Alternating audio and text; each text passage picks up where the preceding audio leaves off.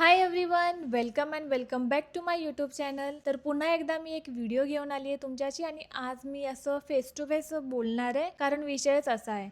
मी कोणताही व्हिडिओ टाकते, like short video असू दे या लॉंग व्हिडिओ असू दे, सगळे लोक हेच विचारतात की दीदी केस खूप गळत आहेत, काय करू, हेअरफॉल खूप होतोय, हेअर ब्रेकेज खूप होतोय, काय करू, हे टोनर लावू का, ते लावू का, हे रेमेडी वापरू का, ते रेमेडी वापरू का. पण तुम्हाला माहिती नाहीये की आपण आपल्या डेली लाईफमध्ये खूप साऱ्या अशा चुका करतो ज्याने आपली केस गळती वाढते. तर या व्हिडिओमध्ये आपण त्याच चुका डिस्कस करणार आहे. Hello, welcome and welcome back to my YouTube channel. मी सोनाली. तुम्ही जर का चॅनलवर नवीन असाल तर चॅनलला सबस्क्राईब करा. तुम्ही केस धुताना म्हणजेच हेअर वॉश करताना नोटीस केलंय का की हातामध्ये खूप सारे केस येतात, ड्रेन मध्ये पण खूप सारे केस दिसतात. म्हणजे असं केसावरून असा हात फिरवला तरी हातामध्ये खूप सारे केस दिसतात. असं वाटतं की तेल वापरतो, हेअर मास्क वापरतो, रेमेडीज वापरतो, शॅम्पू, कंडिशनर सगळं काही वापरतो, तरी पण केस खूप गळतात. कारण आपल्या रोजच्या जीवनामध्ये आपण केस धुताना असो या काही असो अशा खूप साऱ्या चुका करतो ज्या आपल्याला दिसत नाहीयेत आणि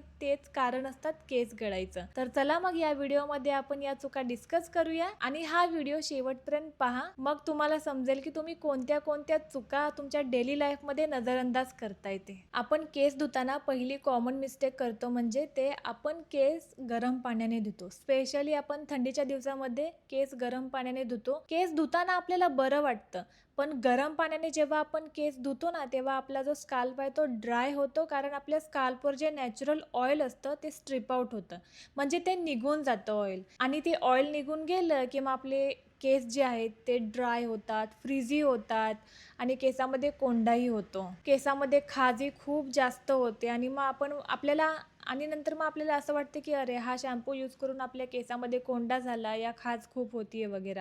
म्हणजे आपण ज्या चुका करतो त्या नजरअंदाज करतो आणि ब्लेम प्रोडक्टला देतो, रेमेडीला देतो. गरम पाण्याने आपले केस फक्त डॅमेज होतात, त्याने काहीही फायदा होत नाही. तर ही पहिली चूक आहे, ती तुम्ही अवॉइड करा. गरम पाण्याने केस धुवू नका. दुसरी जी कॉमन चूक आहे ती म्हणजे हेअर वॉश करताना आपण शॅम्पू डिरेक्टली आपल्या स्काल्पवर लावतो. म्हणजे बॉटल घ्यायची आणि पूर्ण वतायची, नाहीतर हातामध्ये घ्यायचं आणि पूर्ण असं करून पूर्ण शॅम्पू स्काल्पवर लावायचा. आपण ॲडमध्ये बघतो, टी व्हीमध्ये ॲडमध्ये बघतो की त्या सेलिब्रिटीज वगैरे असतात ते असं पूर्ण डोक्यावर ओततात वगैरे, पण रिअलमध्ये तसं नसतं. शॅम्पू जर का डिरेक्टली स्काल्पवर वापरला तर स्काल्प बिल्डअप, प्रोडक्ट बिल्डअप असे खूप सारे प्रॉब्लेम होतात. आपल्याला इरिटेशन फील होतं, कारण की त्याच्यामध्ये जे कॉन्सन्ट्रेशन असतं ते डिरेक्टली स्काल्पवर लावणं हे हार्मफुल असतं. त्यामुळे कधीही आपण शॅम्पू वापरतो तर तो डायल्यूट करूनच वापरायचा. डायल्यूट म्हणजे काय, आपण पाण्याचा मग घ्यायचा, त्यामध्ये आपल्याला पाहिजे तेवढा शॅम्पू आणि थोडं पाणी घेऊन ते पूर्ण मिक्स करायचं आणि तेच आपल्या स्काल्पवर लावायचं. त्याने आपला स्काल्पही हेल्दी राहतो आणि प्रोडक्ट बिल्डअप, स्काल्प बिल्डअप असे प्रॉब्लेम होत नाहीत. आता जी तिसरी मिस्टेक आहे ते खूप सारे लोक करतात, मीही करायचे. त्यामध्ये दोन टाईपचे लोक असतात. पहिला जे 9-10 दिवसातून एकदा हेअर वॉश करतात आणि दुसरे जे 1-8 दिवस एक या दररोज हेअर वॉश करतात. तर या दोन्हीही पद्धती चुकीच्या आहेत. जर का तुमचा ऑइली स्काल्प असेल तर आठवड्यातून 2 ते 4 वेळा हेअर वॉश करा आणि जर का तुमचा ड्राय स्काल्प असेल तर 1 ते 2 वेळा पुरेसा आहे. कारण की ओव्हर वॉशिंग पण हेअरला डॅमेज करू शकतात. खूप वेळा वॉश केला तरीही आपले केस डॅमेज होतात, फ्रीझी होतात आणि डॅन्ड्रफ होण्याची शक्यता असते. तर ते अवॉइड करा आणि तुमच्या स्काल्प टाईपनुसार हेअर वॉश करा आणि त्यामुळे तुमचे केस हेल्दी राहू शकतात. सारखाही हेअर वॉश करणं is not beneficial for our hair. पहा, चौथी मिस्टेक जी आहे ती खूप कॉमन आहे. आपल्या सगळ्या लोकांना काय वाटायचं, मलाही पहिला वाटायचं असं की आपण जर का केसांना कंडिशनर लावला तर तो हेअर डॅमेज करतो, त्याने खूप सारा हेअरफॉल होतो. तर असं नाही आहे.